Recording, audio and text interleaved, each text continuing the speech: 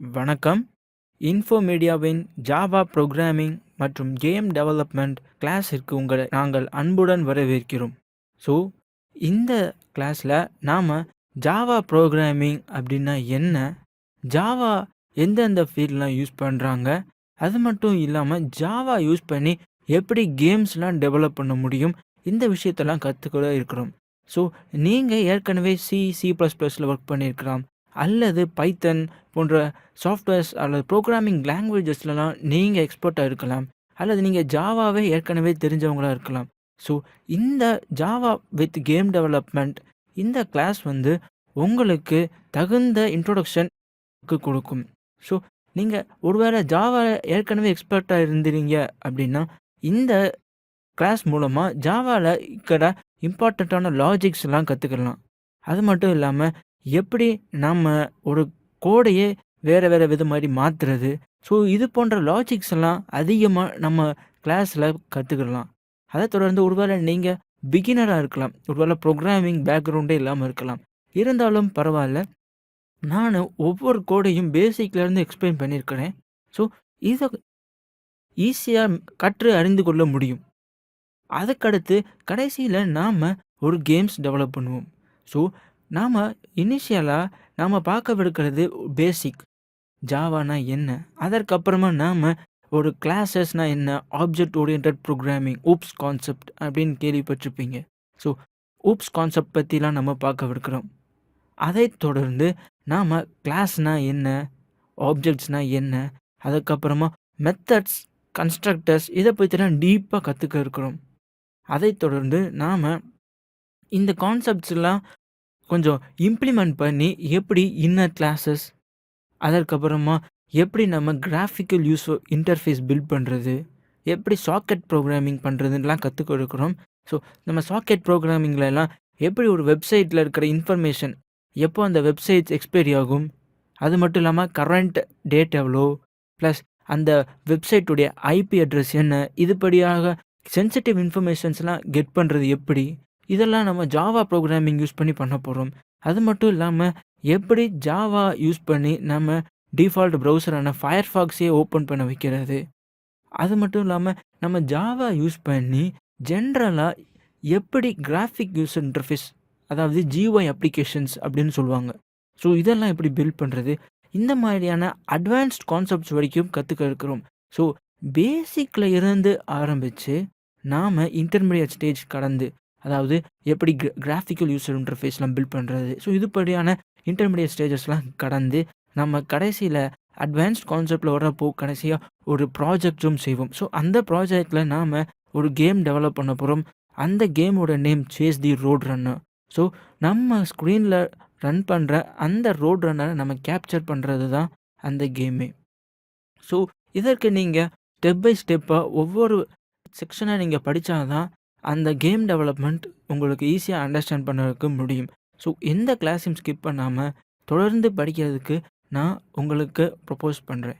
அதற்கடுத்து நாம் ஏன் ஜாவா கற்றுக்கணும், ஏன் பிஹெச்பி இது போன்ற சில லாங்குவேஜஸ்லாம் இருக்குது, நாம் ஏன் ஜாவாவை ஸ்பெசிஃபிக்காக கற்றுக்கணும். ஜாவா வந்து highly object orient programming language. ஜாவாவை வச்சு நம்ம graphical user interface applications build பண்ணலாம். ஜாவாவை வச்சு இன்னும் பலவிதமான கேம்ஸ்லாம் டெவலப் பண்ணலாம். என் வெப்சைட்ஸ் கூட நம்மளால் ஜாவா பேஸ் பண்ணி டெவலப் பண்ண முடியும். ஏன்னா ஜாவா வந்து ஹைலி பவர்ஃபுல் லாங்குவேஜ். ஜாவாவை வச்சு பண்ண முடியாதுன்றதே கிடையாது. இனிஷியலாக பார்த்திங்கன்னா ஜாவா பில்ட் பண்ணதே கன்சியூமர் எலக்ட்ரானிக் ப்ராடக்ட்ஸ்க்காக தான். ஸோ எலக்ட்ரானிக்ஸில் கூட ஜாவா யூஸ் பண்ணுறாங்க. மோர் தென் 3 பில்லியன் டிவைசஸ், அதாவது 3 பில்லியனுக்கும் அதிகமான டிவைசஸ், அதாவது எலக்ட்ரானிக் பொருட்கள் இந்த ஜாவாவை யூஸ் பண்ணி தான் ரன் ஆகுது. ஸோ ஜாவா வந்து ஹைலி பவர்ஃபுல் லாங்குவேஜ் அப்படின்னு சொன்னால் அது மிகையாகாது. அதற்கப்புறமா ஜாவா யூஸ் பண்ணி நாம் வெப் அப்ளிகேஷன்ஸ்லாம் பில்ட் பண்ணலாம். அதை தான் நம்ம J2EE அப்படின்னு சொல்லுவோம். ஸோ இப்போது இந்த ஜாவா நம்ம கற்றுக்கிறது மூலமாக நம்ம ப்ளேஸ் ஆகிற ஆப்பர்ச்சுனிட்டி அதிகமாக இருக்குது. ஏன்னா எம்என்சிஸ் கம்பெனிஸ் நிறையா பார்த்திங்கன்னா இந்த ஜாவாவை தான் மோஸ்ட்லி ப்ரிஃபர் பண்ணுறாங்க. காரணம் ஜாவா வந்து ஒரு ரோபஸ்டான ப்ரோகிராமிங் லாங்குவேஜ். அதற்கப்புறமா இந்த ஜாவா இதற்கு முன்னாடி வந்த சி, சி ப்ளஸ் ப்ளஸ் போன்ற லாங்குவேஜ் எல்லாம் கம்பேர் பண்ணப்போ இந்த Java language highly powerful language. காரணம் ஜாவா வந்து கிளாஸ் ஃபைல்ஸ் எல்லாம் நம்ம இன்டர்நெட்ல அக்சஸ் பண்ணிக்க முடியும். ஸோ இன்டர்நெட்லலாம் கிளாஸ் ஃபைல்ஸை சென்ட் பண்ணுறப்போ செக்யூரிட்டி அதிகமாக இருக்கும். அந்த கிளாஸ் ஃபைல்ஸில் நம்ம எந்த மெஷின்ஸை வேணாலும் ரன் பண்ணிக்கலாம். ஸோ கிளாஸஸ் இதை பற்றிலாம் நம்ம பின்னாடி பார்க்கவிருக்கிறோம். அந்த கிளாஸ் ஃபைல்ஸு ஏன் செக்யூர்டு அந்த மாதிரியான விஷயங்களை நம்ம பின்னாடி பார்க்கவிருக்கிறோம். இது ஒரு சி ப்ரோக்ராமை ரன் பண்ணீங்க அப்படின்னா அதை சி டாட் ஆப்ஜெக்ட், அதாவது ஒரு ஆப்ஜெக்ட் ஃபைலாக கன்வெர்ட் ஆகும். அந்த ஆப்ஜெக்ட் ஃபைலை தான் நம்ம EXE ஃபைலாக கன்வெர்ட் பண்ணுவோம். இப்போது ஜாவா ஃபைலை நீங்கள் ரன் பண்ணீங்கன்னா Java dot class file, so அது ஒரு கிளாஸ் ஃபைலாக கன்வெர்ட் ஆகும். ஸோ நீங்கள் பார்க்கலாம் Java dot CLASS, so class file. அது கிளாஸ் ஃபைலில் கன்வெர்ட் ஆகிறது அது ஒரு அட்வான்டேஜஸ் தான். ஏன் அட்வான்டேஜஸ் அப்படின்னு பார்த்தீங்கன்னா, நாம் இந்த கிளாஸ் ஃபைல்ஸை யாராலையும் ரீட் பண்ண முடியாது. அது மட்டும் இல்லாமல் ஆப்ஜெக்ட் ஃபைல்ஸை வந்து ஒரு டிஸ்அட்வான்டேஜ் இருக்குது. இந்த C.obj இந்த ஃபைலை நான் விண்டோஸில் கம்பைல் பண்ணியிருந்தா மேக் மிஷின்லேயோ அல்லது லினக்ஸ் மிஷின்லேயோ ரன் பண்ண முடியாது. ஸோ இது வந்து ஒரு டிஸ்அட்வான்டேஜாக இருக்குது. ஆனால் இந்த கிளாஸ் ஃபைலை விண்டோஸ் மெஷினில் நான் கம்பைல் பண்ணிட்டு அதே கிளாஸ் ஃபைலை எடுத்துகிட்டு போய் யூனிக்ஸ்லேயும் ரன் பண்ணிக்கலாம், மேக் மெஷின்லேயும் ரன் பண்ணிக்கலாம். ஸோ மெஷின் சொல்ல வரப்போ அந்த கம்ப்யூட்டரை தான் சொல்ல வர்றேன். ஸோ நாம் இந்த கிளாஸ் ஃபைல்ஸில் எந்த ஒரு கம்ப்யூட்டர்லேயும் ரன் பண்ணிக்கலாம்.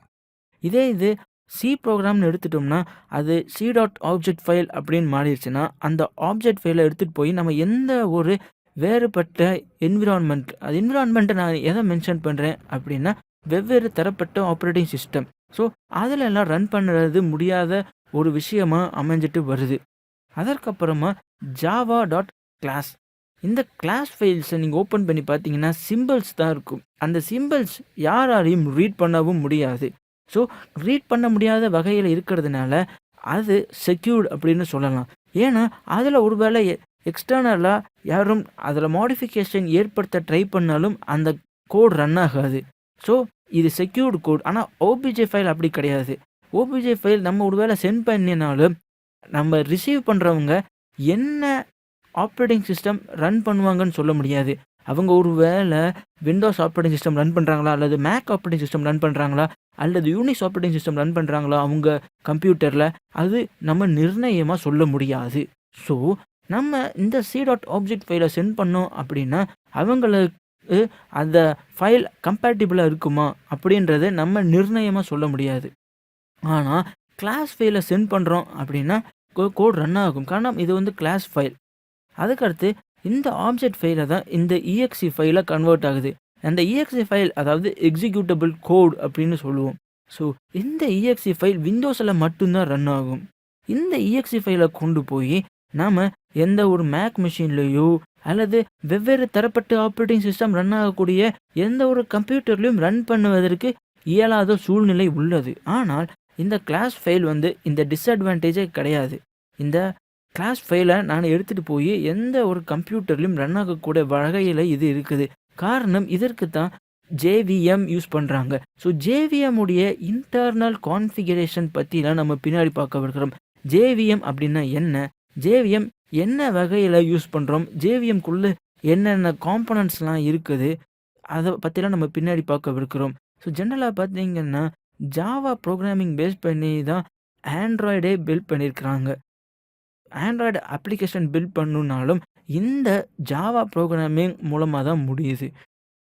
ஸோ நீங்கள் இந்த பிக்சரை பார்க்கலாம். ஃபர்ஸ்ட் ஆஃப் ஆல் நான் ஒரு கோடிங் டைப் பண்ணுறேன். ஸோ அதுதான் சோர்ஸ் கோடு. ஸோ நான் க்ரியேட் பண்ணுற அந்த சோர்ஸ் கோடை ஜாவா-C யூஸ் பண்ணி கம்பைல் பண்ணுறேன். ஸோ அதுக்கப்புறமா அது பைட் கோடாக கன்வெர்ட் ஆகும். அந்த பைட் கோடு தான் நம்ம கிளாஸ் ஃபைல் அப்படின்னு சொல்லுவோம். அந்த பைட் கோடை பார்த்தீங்கன்னா அந்த சிம்பிள்ஸ் தான் இருக்கும். ஸோ நீங்கள் அங்கே பார்க்கலாம், அந்த ப்ராக்கெட்டில் மென்ஷன் பண்ணியிருக்கிற அந்த சிம்பிள்ஸ் மட்டும்தான் அந்த பைட் கோடில் இருக்கும். இந்த பைட் கோடை ஜாவா விர்ச்சுவல் மெஷின் கோடாக கன்வெர்ட் பண்ணும். அந்த மெஷின் கோடை கன்வெர்ட் பண்ணுறதுக்கு தான் இந்த ஜாவா விர்ச்சுவல் மெஷின் அதாவது JVM ப்ரிஃபர் பண்ணுறோம். அந்த ஜேவிஎம்க்குள்ள அதற்கு தேவையான எல்லா மெத்தட்ஸும் உள்ளுக்க இருக்குது. உதாரணத்துக்கு heap memory, method area, class load. So இந்த மாதிரியான காம்போனன்ட்ஸ்லாம் அந்த ஜேவிஎம்க்குள்ள இருக்குது. அந்த மெஷின் கோடு நம்ம யூசர் மெஷின்ல டிஸ்ப்ளே ஆகுது. ஒருவேளை விண்டோஸ் மெஷினா இருந்துச்சுன்னா, இந்த ஜேவிஎம் விண்டோஸ்க்கான மெஷின் கோட ஜெனரேட் பண்ணும். ஒருவேளை அது மேக் மெஷினா இருந்துச்சுன்னா, மேக் மெஷின்க்கான அந்த மெஷின் கோட இந்த ஜேவிஎம் ஜெனரேட் பண்ணும். ஒருவேளை அந்த மெஷின் லினக்ஸ் அல்லது யூனிக்ஸ் இருந்துச்சுன்னா, அதற்கு ஏத்த மெஷின் கோட இந்த ஜேவிஎம் ஜெனரேட் பண்ணும். ஸோ ஒவ்வொரு மெஷினுக்கும் குறிப்பிட்ட ஜேவிஎம் இருக்கும். அந்த ஜேவிஎம் இந்த பைட் கோட மெஷின் கோடா அந்த மெஷினுக்கு ஏத்தாப்புல கன்வெர்ட் பண்ணிக்கிடும். அந்த மெஷின் என்னவா வேணாலும் இருக்கலாம். ஒருவேளை விண்டோஸா இருக்கலாம், அல்லது ஒரு மேக் மெஷினா இருக்கலாம். ஸோ இப்படி என்னவா வேணாலும் இருக்கலாம். காரணம் லினக்ஸ், விண்டோஸ், ஐபிஎம், சோலாரிஸ் 4 வேற்றுமையான ஆப்பரேட்டிங் சிஸ்டம் இருக்குது. ஸோ பிசி லினக்ஸ், அதைத் தொடர்ந்து Windows, Unix, Solaris. So 4 PC. இதில் நான் ரன் பண்ணுறது ஜேவிஎம் நீங்கள் பார்க்கலாம். லினக்ஸுக்கான தனி ஜேவிஎம், அதுக்கப்புறம் விண்டோஸ்க்கு ஒரு தனி ஜேவிஎம், ஐபிஎம் அதற்கு ஒரு தனி ஜேவிஎம், அதற்கப்புறமா சோலாரிஸுக்கு ஒரு தனி ஜேவிஎம். இப்படி தனித்தனியான ஜேவிஎம் இருக்கிறத நீங்கள் பார்க்கலாம். நான் இந்த பைட் கோடை கம்பைல் பண்ணேன் அப்படின்னா, இப்போ இந்த ஐபிஎம் உடைய மெஷினுக்கான பைட் கோடு வந்து ஜேவிஎம் அதை ஐபிஎம் மெஷினில் ரன் ஆகக்கூடிய அளவில் அந்த கிளாஸை மாற்றும். ஸோ யூனிக்ஸ் பார்த்தீங்கன்னா, இப்போ அந்த பைட் கோடை நான் ரன் பண்ணணும் அப்படின்னா, அந்த யூனிக்ஸில் உள்ள ஜேவிஎம் யூனிக்ஸ் ஸ்பெசிஃபிக் மெஷின் கோடை ஜென்ரேட் பண்ணும். ஸோ இதுதான் எல்லாமே வேற்றுமையாக இருக்குதுன்றதை நீங்கள் பார்க்கலாம். Linux machine, Windows machine, Unix machine, Solaris machine. So 4 வேற்றுமையான மெஷின்ஸ் இருக்குது. ஆனால் இந்த 4லையும் ஒரு ஒற்றுமை என்னென்னா, இந்த 4மே அந்த கிளாஸ், அதாவது நம்ம இனிஷியலாக கம்பைல் பண்ணி வச்சிருக்கிற அந்த கிளாஸை ரன் பண்ணக்கூடிய வகையில் இருக்குது. ஸோ இதற்கு காரணம் அந்த கிளாஸிற்கும் இந்த மெஷின்ஸுக்கும் நடுவில் இருக்கக்கூடிய அந்த ஜேவிஎம்மே. ஒவ்வொரு பிளாட்ஃபார்முக்கும், அதாவது ஒவ்வொரு மெஷினுக்கும் தனித்தனி ஜேவிஎம் இருக்கும். ஸோ அந்த ஜேவிஎம் தான் அந்த கிளாஸை அந்த மெஷினுக்கு ஏற்ற வகையில் மாற்றி அமைத்து கொடுக்கும் அப்படின்று சொன்னால் அது மிகையாகாது. இப்போ நீங்கள் சில சமயம் கேள்விப்பட்டிருக்கலாம், ஒருவேளை ஜாவா பிளாட்ஃபார்ம் அப்படின்னு சொல்லி கேள்விப்பட்டிருப்பீங்க. சில சமயம் ஜாவா ப்ரோக்ராமிங் லாங்குவேஜ்னு சொல்லி கேள்விப்பட்டிருப்பீங்க. சிலர் சொல்லுவாங்க, இந்த சாஃப்ட்வேர் ஜாவா பிளாட்ஃபார்மில் ரன் ஆகுது, இந்த software Java programming language use பண்ணி ரன் ஆகுது. ஸோ இப்படி சொல்லி கேள்விப்பட்டிருப்பீங்க.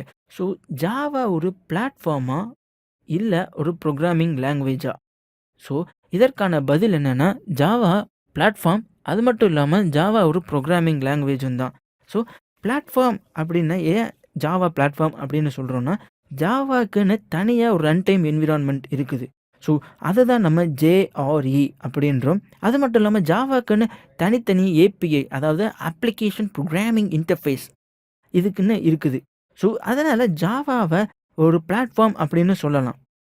So hardware platform, software platform அப்படின்னு 2 வகையாக இருக்குது. ஸோ எந்த ஹார்ட்வேர் அல்லது எந்த சாஃப்ட்வேர் என்விரான்மெண்ட்டும் இந்த ப்ரோக்ராமை சப்போர்ட் பண்ணுது, ஜாவாவை.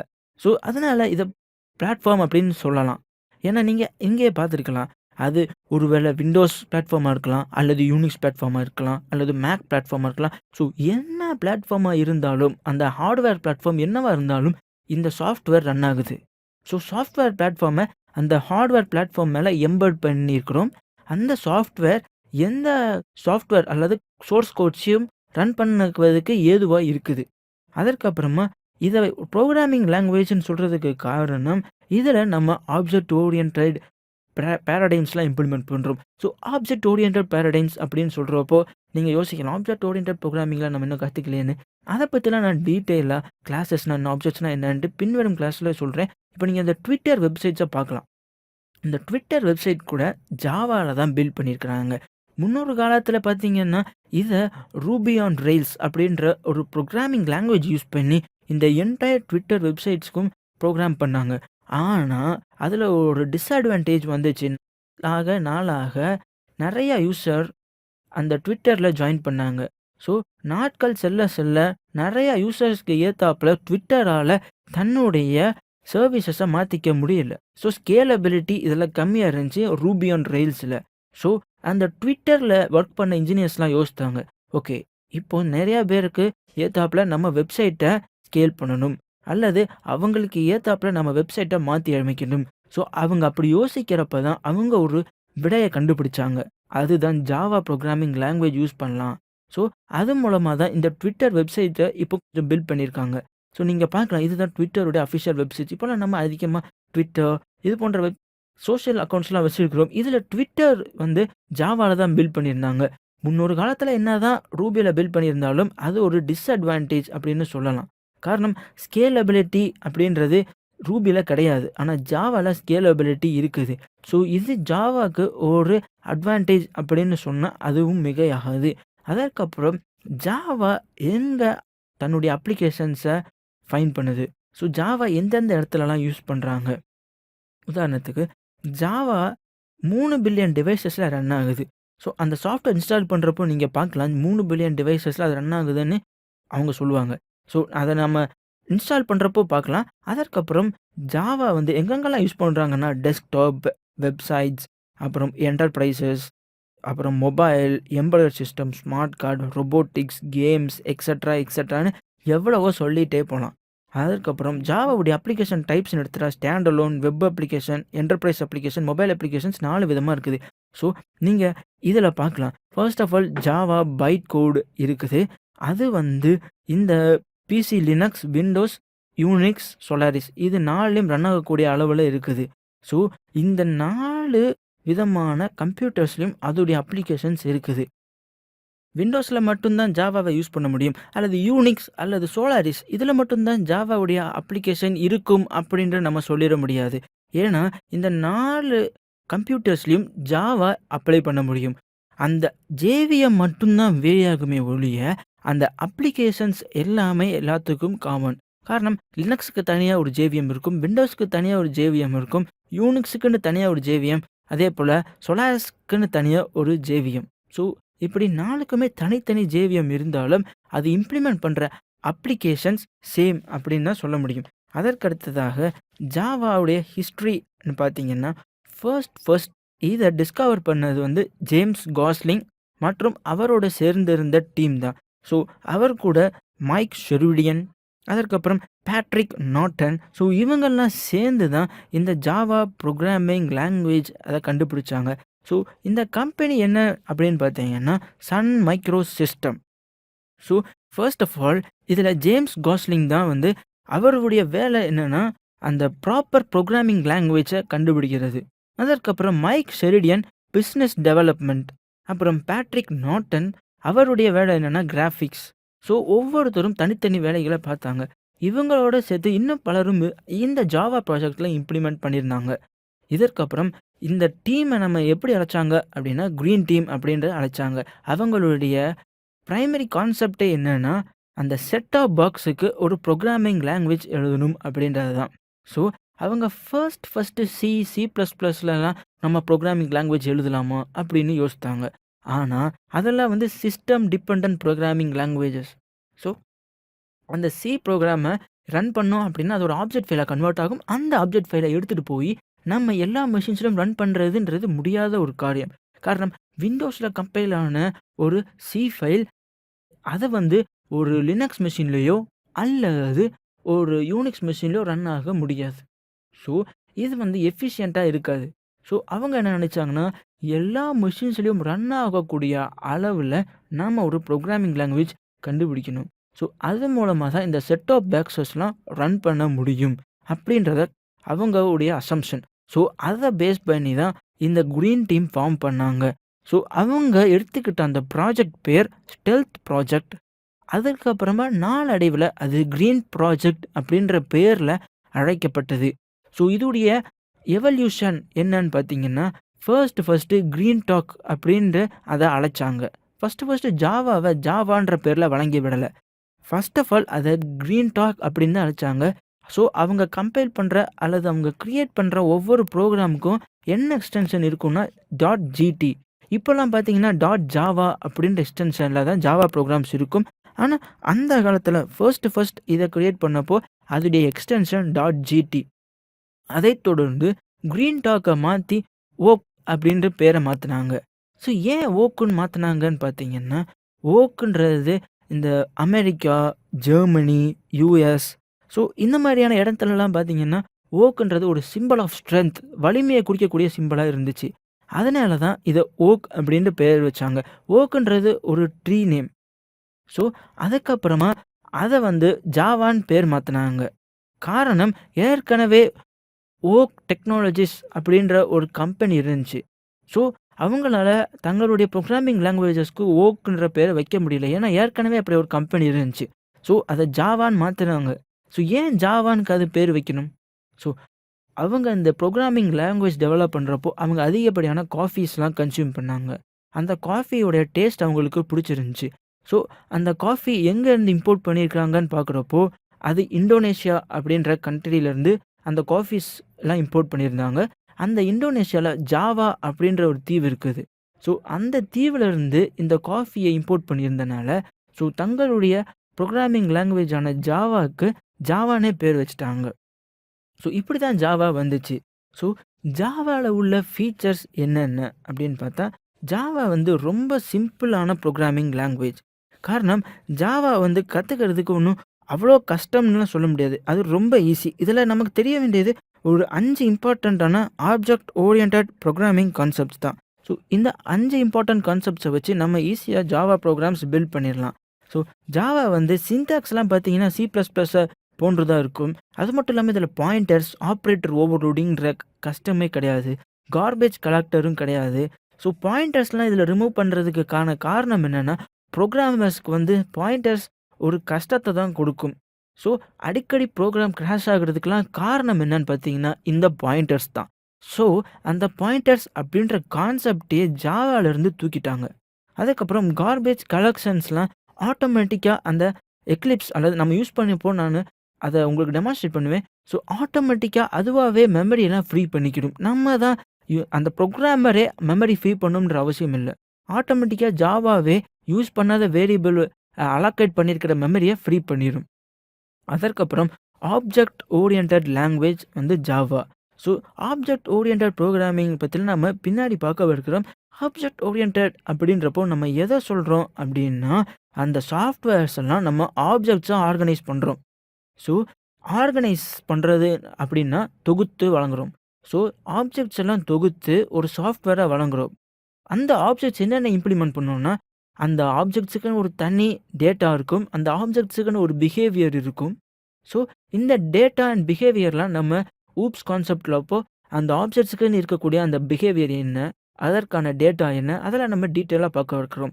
ஸோ, ஆப்ஜெக்ட் ஓரியன்டட் புரோகிராமிங்னு வர்றப்போ, நமக்கு முக்கியமா தெரிஞ்சுக்க வேண்டியது ஒரு 6 concepts. First of all object, அதற்கப்புறம் கிளாஸ், அதைத் தொடர்ந்து இன்ஹெரிட்டன்ஸ், அதற்கப்புறம் 4வதா பாலிமார்பிசம், அதற்கப்புறமா 5வதா அப்ஸ்ட்ராக்ஷன், 6வதா என்கேப்சுலேஷன். ஸோ இந்த 6 கான்செப்ட்ஸும் தான் நம்ம ஆப்ஜெக்ட் ஓரியன்டட் புரோகிராமிங் லாங்குவேஜான ஜாவா ப்ரொவைட் பண்ணுது. ஸோ ஜாவா ஒரு பெர்ஃபெக்ட்டான ஆப்ஜெக்ட் ஓரியன்டட் புரோகிராமிங் லாங்குவேஜ். அதற்கப்புறம் இது வந்து பிளாட்ஃபார்ம் இண்டிபெண்டன்ட். நான் ஏற்கனவே சொன்னது போல இதில 2 வகையான பிளாட்ஃபார்ம் இருக்குது. Hardware based platform, software based platform. Java வந்து இதில எந்த பேஸ்ட் பிளாட்ஃபார்ம், ஹார்ட்வேர் பேஸ்ட் பிளாட்ஃபார்மா அல்லது சாஃப்ட்வேர் பேஸ்ட் பிளாட்ஃபார்மா? ஜாவா வந்து ஒரு சாஃப்ட்வேர் பேஸ்ட் பிளாட்ஃபார்ம். அது ரன் ஆகுறதோ ஹார்ட்வேர் பேஸ்ட் பிளாட்ஃபார்ம்ல. ஸோ நான் ஏற்கனவே உங்களுக்கு ஒரு எக்ஸாம்பிள்ஸ் காமிச்சிருந்தேன். அதில நீங்க பார்த்திருந்தீங்கன்னா தெரிஞ்சிருக்கும். அந்த கம்ப்யூட்டர்ஸ்லாம் வேரி ஆகுது. ஒவ்வொரு கம்ப்யூட்டர்ஸும் ஒவ்வொரு கம்பெனி ஆப்பரேட்டிங் சிஸ்டத்த ரன் ஆகுது. ஸோ ஒரு கம்ப்யூட்டர் எடுத்துக்கிட்டிங்கன்னா, அதில ரன் பண்றதோ விண்டோஸ், இன்னொரு இதில லினக்ஸ், இன்னொரு இதில யூனிக்ஸ், இன்னொரு இதில மேக். ஸோ ஒவ்வொன்னுக்கும் ஹார்ட்வேர் கான்ஃபிகரேஷன் வேரி ஆகும். ஆனா சாஃப்ட்வேர் அப்படின்னு பார்த்தீங்கன்னா, ஒரே ஜேவிஎம் தான். ஆனா அது அந்த ஹார்ட்வேர் ஸ்பெசிஃபிக் ஜேவிஎம்மா இருக்கும். ஒவ்வொரு கம்ப்யூட்டருக்கும் ஒரு ஸ்பெசிஃபிக் ஜேவிஎம் இருக்கும். விண்டோஸ்ல இருக்கிற ஜேவிஎம், லினக்ஸ்ல இருக்கிற ஜேவிஎம்க்கும் ஒண்ணா இருக்காது. ஸோ 2ம் வேற வேற. காரணம் விண்டோஸ்ல இருக்கிற ஜேவிஎம் விண்டோஸ்க்கு ஏற்ற மெஷின் கோட ப்ரொடியூஸ் பண்ணுமே ஒழிய, லினக்ஸ்க்கு ஏற்ற மெஷின் கோட ப்ரொடியூஸ் பண்ணக்கூடாது. ஸோ அதனால ஜேவிஎம் உடைய இம்ப்ளிமென்டேஷன் வேரி ஆகலாம். ஸோ இதனால தான் நம்ம சொல்றோம் ஜாவா சாஃப்ட்வேர் பேஸ்ட் பிளாட்ஃபார்ம் இந்த ஹார்ட்வேர் பேஸ்ட் பிளாட்ஃபார்ம் மேல ரன் ஆகுது அப்படின்னு. இதோடைய இன்னொரு பிளாட்ஃபார்ம் என்னன்னு பார்த்தீங்கன்னா, ரன் பண்ணிட்டோம் அல்லது ரைட் பண்ணிட்டோம் அப்படின்னா, அந்த கோட எப்பனாலும் ரன் பண்ணிக்கலாம். ஸோ இத தான் ரைட் ஒன்ஸ், ரன் எவ்ரிவேர் அப்படின்ற அழைப்போம். அதற்கப்புறமா ஜாவா ஒரு ஹைலி செக்யூர்ட் லாங்குவேஜ். காரணம் இதில வந்து பாயிண்டர்ஸ் கிடையாது. இதில ப்ரோகிராம் வந்து விர்ச்சுவல் மெஷின்ல தான் ரன் ஆகுது. அது மட்டும் இல்லாம ஒரு சாண்ட் பாக்ஸ் மோட்ல தான் அது ரன் ஆகுது. ஸோ ஜாவா ஒரு பெர்ஃபெக்ட்டான ப்ரோகிராமிங் லாங்குவேஜ் செக்யூரிட்டி மெத்தட்ல பார்த்தோம் அப்படின்னா, ஸோ அதனால தான் ரோபஸ்ட் லாங்குவேஜ் அப்படின்னு சொல்லுவாங்க இந்த ஜாவா ப்ரோகிராமிங் லாங்குவேஜ. அதற்கப்புறம் ஆர்க்கிடெக்சரலி நியூட்ரல் அப்படின்றப்போ, இதில நம்ம இம்ப்ளிமென்டேஷன் வந்து டிபெண்ட் பண்ணி இருக்கும். எந்த இதில இம்ப்ளிமெண்ட் பண்றோம். ஸோ மேக் மெஷினா அல்லது விண்டோஸ் மெஷினா அல்லது எந்த எ எந்த ஹார்ட்வேர் பேஸ்ட் அத மட்டும் தான் டிபெண்ட் பண்ணி இருக்குது. ஆனா ஜேவிஎம் வந்து எல்லாத்துக்குமே வந்து ஒரு காமனான ஜேவிஎம் கிடையாது. ஸோ தனித்தனி ஜேவிஎம் இருக்குது. இருந்தாலும் அந்த கிளாஸ் ஃபைல் வந்து எல்லா ஆப்பரேட்டிங் சிஸ்டத்திலயும், எல்லா மெஷின்லயும் ரன் ஆகக்கூடியது. ஸோ ஆர்க்கிடெக்சரலி இது நியூட்ரல் அப்படின்னு சொல்லலாம். ஆர்க்கிடெக்சர்ன்றது நம்ம எத சொல்லுவோம்? அந்த அமைப்பு அல்லது ஸ்ட்ரக்சர் அல்லது வடிவமைப்பு. ஸோ ஒரு லேப்டாப் உடைய வடிவமைப்பு அத வந்து லினக்ஸ் ஆப்பரேட்டிங் சிஸ்டத்தில ரன் பண்றதா இருக்கலாம். இன்னொரு லேப்டாப் உடைய வடிவமைப்பு விண்டோஸ் ஓஎஸ்ஸா இருக்கலாம். ஸோ ஒவ்வொன்னுக்கும் தனித்தனி ஆப்பரேட்டிங் சிஸ்டத்தில ரன் ஆகக்கூடிய அளவுல நம்ம லேப்டாப்ப வடிவமைச்சிருக்கலாம். ஸோ வடிவமைப்பு வெவ்வேறு விதமா இருந்தாலும், நம்மளுடைய ஜாவா ப்ரோகிராம் எல்லா வடிவமைப்பிலும் ரன் ஆகக்கூடியதா இருக்குது. ஸோ வடிவமைப்புன்னு பார்த்தோம்னா, ஆர்க்கிடெக்சரலி நியூட்ரல். நியூட்ரல்னா இது வந்து இல்ல. ஸோ எல்லாத்திலும் ரன் ஆகக்கூடியது அப்படின்னு பொருட்படும். அதற்கடுத்து போர்ட்டபிள். ஸோ போர்ட்டபிள் அப்படின்னு சொன்னீங்கன்னா, அந்த பைட் கோட் அத தான் போர்ட்டபிளா சொல்றோம். ஸோ நம்ம கம்பைல் ஆன அந்த பைட் கோட எடுத்துட்டு போய் எல்லா மெஷின்ஸ்லயும் ரன் ஆகலாம். உதாரணத்துக்கு பார்த்தீங்கன்னா, ஃபர்ஸ்ட் ஆஃப் ஆல் நான் அத கம்பைல் பண்றேன். கம்பைல் பண்ணிட்டு அந்த பைட் கோட எடுத்துட்டு போய் விண்டோஸ்லயும் ரன் பண்ணிக்கலாம். அத என் ஃப்ரெண்டு யூனிக்ஸ் மெஷின் ரன் பண்றான். ஸோ நான் அந்த ஃபைல கம்பைல் பண்றேன். என்னுடைய சோர்ஸ் கோட எடுத்துட்டு என் ஃப்ரெண்டுக்கு யூனிக்ஸ் மெஷின் ரன் பண்றானா இருந்தாலும், நான் அத அவனுக்கு விண்டோஸ் மெஷின்ல இருந்து ட்ரான்ஸ்ஃபர் பண்ணிக்கிற முடியும். ஸோ அதேபோல அவனுக்கு அந்த கோட் ரன் ஆகும். அதற்கப்புறமா மேக் மெஷின்ல என்னுடைய இன்னொரு ஃப்ரெண்டு ரன் பண்றான் அப்படின்னா, அவனுக்கும் நானு என்னுடைய அந்த சோர்ஸ் கோட அனுப்பிற முடியும். ஸோ என்னுடைய சோர்ஸ் கோடு எல்லா ஆப்பரேட்டிங் சிஸ்டத்திலும் ரன் ஆகக்கூடிய அளவுல இருக்குது. நான் அந்த பைட் கோட் அதாவது பைட் கிளாஸ் ஃபைல் இருக்குது பார்த்தீங்களா?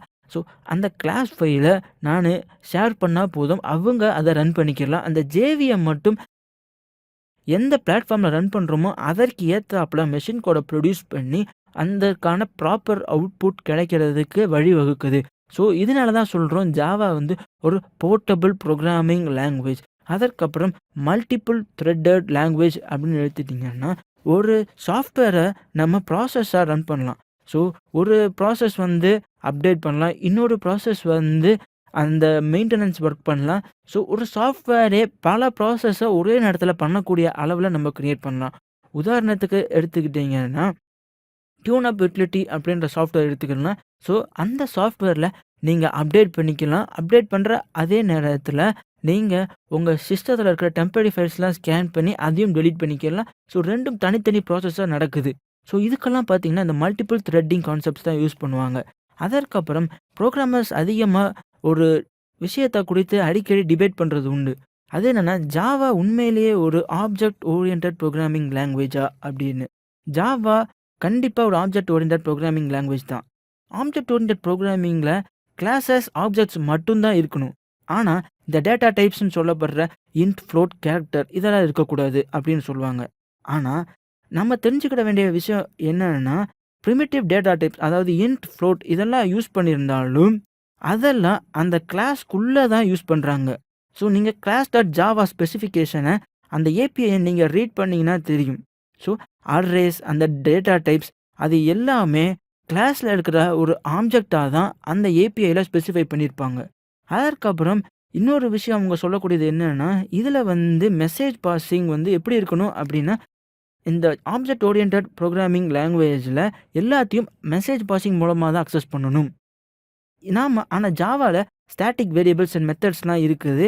அது மூலமா ஆப்ஜெக்ட்ஸ் எல்லாமே நம்மளால அக்சஸ் பண்ண முடியுது அப்படின்னு சொல்லுவாங்க. ஆனா நம்ம தெரிஞ்சுக்கிட வேண்டிய விஷயம் என்னன்னா, அந்த ஸ்டாட்டிக் வேரியபிள்ஸ் மற்றும் ஸ்டாட்டிக் மெத்தட்ஸ கிளாஸ்க்குள்ள தான் நம்ம அக்சஸ் பண்றோம். அது மட்டும் இல்லாம கிளாஸுக்கு வெளிய அத அக்சஸ் பண்ண ட்ரை பண்றப்போ நம்ம கிளாஸ் நேம யூஸ் பண்ணி தான் அக்சஸ் பண்ண ட்ரை பண்ணுவோம். ஸோ இது வந்து ஒரு ஆப்ஜெக்ட் ஓரியன்டட் ப்ரோகிராமிங் லாங்குவேஜ்னலாம். அது மட்டும் இல்லாம இதில மல்டிபிள் இன்ஹெரிட்டன்ஸ் இல்லாதனால இது ஒரு ஆப்ஜெக்ட் ஓரியன்டட் ப்ரோகிராமிங் லாங்குவேஜ் இல்லன்னு சொல்லுவாங்க. ஆனா, இதில ஒரு 5 இம்பார்ட்டன்டான கான்செப்ட் அதாவது encapsulation, abstraction, inheritance, polymorphism, class and object இந்த 5 இம்பார்ட்டன்டான கான்செப்ட்ஸையும் இந்த ஜாவா இம்ப்ளிமெண்ட் பண்ணுது. So Java object oriented programming லாங்குவேஜஸ்க்கு தேவையான எல்லா கான்செப்ட்ஸும் தனக்குள்ள இம்ப்ளிமெண்ட் பண்ண வகையில இருக்குது. ஸோ ஜாவா ஒரு பியூரா ஆப்ஜெக்ட் ஓரியன்டட் ப்ரோகிராமிங் லாங்குவேஜ் அப்படின்னு சொல்லலாம். அதற்கு அடுத்ததா நான் இவ்வளோ நேரமா ஜேவிஎம் அப்படின்னு சொல்லியிருந்தேன். ஸோ ஜேவிஎம் அப்படின்னா என்ன? ஸோ ஜேவிஎம்னா ஜாவா விர்ச்சுவல் மெஷின். ஸோ நம்மளுடைய கிளாஸ் ஃபைல அதுதான் மெஷின் கோடா கன்வெர்ட் பண்ணுது. ஸோ ஜேவிஎம் அப்படி என்ன செய்யணும்னு பார்த்தீங்கன்னா, இத ஜிஆர்இ அதாவது ஜாவா ரன் டைம் என்விரான்மென்ட் தான் இம்ப்ளிமெண்ட் பண்ணுது. ஸோ ரன் டைம் இன்ஸ்டன்ஸ் அதாவது எப்பல்லாம் நீங்க கிளாஸ் ஃபைல ரன் பண்றீங்களோ, ஒரு ஜேவிஎம் ஓட இன்ஸ்டன்ஸ் கிரியேட் ஆகும். ஸோ இதோடைய அட்வான்டேஜே என்னன்னா, ஒரு கிளாஸ் ஃபைல மெஷின் கோடா கன்வெர்ட் பண்ணுது. ஸோ இதுக்காக தான் இந்த ஜேவிஎம் யூஸ் பண்றாங்க. இதே இது ஆண்ட்ராய்டுன்னு எடுத்துட்டா, அதில டால்விக் விர்ச்சுவல் மெஷின் யூஸ் பண்ணுவாங்க. அதேபோல ஜேவிஎம்ல ஜாவா விர்ச்சுவல் மெஷின் யூஸ் பண்றோம். ஸோ இது வந்து ஒரு ஸ்பெசிஃபிகேஷன் அப்படின்னு சொன்னா அது மிகையாகாது ஜேவிஎம். காரணம் இதில தான் நம்ம எல்லா ஸ்பெசிஃபிகேஷனையும் அதாவது எப்படி எப்படிலாம் ஒர்க் பண்ணணும் அப்படின்றத மென்ஷன் பண்ணுவோம். ஸோ இதனால தான் இத ஸ்பெசிஃபிகேஷன் அப்படின்னு நம்ம மீன் பண்றோம். ஸோ இதோட இன்டர்னல் ஆர்க்கிடெக்சர் பார்த்தீங்கன்னா, அதில ஒரு கிளாஸ் லோடர் இருக்கும், method area, heap, stack, program counter, execution engine, JIT. So இந்த 7 கான்செப்ட்ஸும் இருக்கும். ஸோ இந்த 7ம் கலந்து தான் உங்களுக்கு ஜாவா ப்ரோகிராம் ரன் ஆகுறதுக்கு உதவுது. ஸோ கிளாஸ் லோடர் அப்படின்னா என்னன்னு பார்த்தீங்கன்னா, உங்களுடைய கிளாஸஸ்லாம் லோட் பண்றதுக்காக தான் இந்த கிளாஸ் லோடர். அதே தொடர்ந்து மெத்தட் ஏரியா தான் இந்த ஃபீல்ட்ஸ், மெத்தட்ஸ், கோட்ஸ் இதெல்லாம் ஸ்டோர் பண்றதுக்கு உதவுது. ஹீப் அப்படின்னு எடுத்துக்கிட்டா, இதுதான் ரன் டைம் டேட்டா ஏரியா. ஒவ்வொருக்கும் நீங்க ஆப்ஜெக்ட்ஸ் கிரியேட் பண்றப்போ, அதெல்லாம் அலோகேட் ஆகுதுன்னா, அதற்கு காரணம் இந்த ஹீப் மெமரி தான். அதற்கப்புறம் ஸ்டாக். ஸ்டாக்ன்னு எடுத்துட்டா, இதுதான் லோக்கல் வேரியபிள்ஸ். அதற்கப்புறம் பார்ஷியல் ரிசர்ச் இதெல்லாம் ஸ்டோர் பண்றதுக்கு இந்த ஸ்டாக் தான் யூஸ் பண்ணுவோம். ஸோ ஒவ்வொருக்கும் நீங்க த்ரெட்டிங் யூஸ் பண்றப்போ, ஒவ்வொரு த்ரெட்டுக்கும் ஒரு ஸ்டாக் மெமரி அலோகேட் ஆகும். அதற்கப்புறம் ஒவ்வொருக்கையும் நீங்க மெத்தட இன்வோக் பண்றப்போ, இந்த ஸ்டாக்ல தான் நீங்க இன்வோக் பண்ணுவீங்க. ஸோ ஒவ்வொருக்கையும் நீங்க இன்வோக் பண்றப்போ ஒரு ஃப்ரேம் கிரியேட் ஆகும். அதுக்கப்புறம் இன்வோக் பண்ணி முடிச்ச பிறகு அந்த ஃப்ரேம் டெஸ்ட்ராய் ஆயிரும். ஸோ அந்த ஃப்ரேம் எங்க கிரியேட் ஆகும் அப்படின்னு பார்த்தீங்கன்னா, இந்த ஸ்டாக்ல தான். ஸோ அடுத்ததா இருக்கக்கூடியது ப்ரோகிராம் கவுண்டர், எக்ஸிகியூஷன் என்ஜின், அதுக்கப்புறம் ஜேஐடி அதாவது just in time compiler. Program கவுண்டர்ன்னு எடுத்துட்டீங்கன்னா, அதில தான் வந்து அட்ரஸ் ஆஃப் ஜேவிஎம் இருக்கும். ஸோ நீங்க இந்த பிக்சர்ல பார்க்கலாம். First of all method area, அதை தொடர்ந்து ஹீப், ஸோ அதற்கு மேல கிளாஸ் லோடர் இருக்காது. நம்ம ஏற்கனவே கிளாஸ் லோடர்னா என்னன்னு பார்த்தோம். ஸோ இதுதான் அந்த கிளாஸ் ஃபைல்ஸ்லாம் லோட் பண்ணுது. அதை தொடர்ந்து இருக்கக்கூடியது மெத்தட் ஏரியா. ஸோ மெத்தட் ஏரியானா நம்ம ஏற்கனவே பார்த்துருக்கிறோம். மெத்தட் ஏரியா தான் அந்த ஃபீல்ட்ஸ், மெத்தட்ஸ் அண்ட் கோட்ஸ்லாம் ஸ்டோர் பண்ணுது. ஸோ மெத்தட்ஸ் அப்படின்னா என்னன்றதை நம்ம டீட்டெயிலா பின்னாடி பார்க்க இருக்கிறோம். ஸோ இந்த method area, heap, threads, program counters and registers, internal threads இதுதான் வந்து ரன் டைம் டேட்டா ஏரியா அப்படின்னு சொல்லுவாங்க. அதற்கப்புறம் எக்ஸிகியூஷன் என்ஜின்ல தான் ஜேஐடி கம்பைலர், அதன் மட்டும் இல்லாம கார்பேஜ் கலெக்டர் இருக்குது. ஸோ இந்த ஜேஐடி கம்பைலருடைய வேலை என்னன்னா பெர்ஃபார்மன்ஸை இன்க்ரீஸ் பண்ணும்.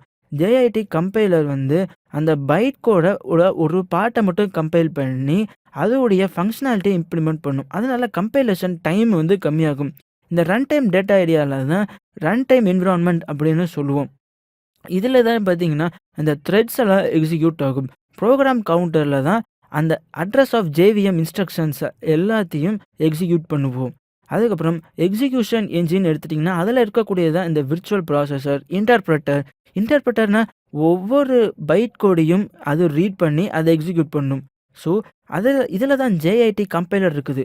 ஸோ நம்ம ஜேஐடி கம்பைலர் தான் அந்த டிரான்ஸ்லேட் பண்ணும். ஸோ இன்ஸ்ட்ரக்ஷன் செட் ஆஃப் ஜேவிஎம்மை சிபியு உடைய இன்ஸ்ட்ரக்ஷன் செட்டை டிரான்ஸ்லேட் பண்ணுறது இந்த ஜேஐடி தான். அதற்கப்புறம் நேட்டிவ் மெத்தட்ஸ் அண்ட் லைப்ரரிஸ்னு எடுத்துகிட்டு அந்த சி லைப்ரரிஸ்லாம் வந்து இந்த நேட்டிவ் மெத்தட் இன்டர்ஃபேஸில் தான் கண்டெயின் பண்ணியிருப்பாங்க. ஸோ இதுதான் வந்து ஜேவிஎம்மோட இன்டர்னல் ஆர்கனைசேஷன். இதை பேஸ் பண்ணி தான் நம்ம ஜாவா விர்ச்சுவல் மெஷின் ரன் ஆகுது. நம்ம அடுத்த கிளாஸில் எப்படி இதற்கு தேவையான சாஃப்ட்வேர்ஸ்லாம் இன்ஸ்டால் பண்ணுறது, எப்படி நம்ம ஒரு ஹலோ வேர்ல்ட் ப்ரோக்ராம் கிரியேட் பண்ணுறதுன்னு பார்க்க இருக்கிறோம். நன்றி.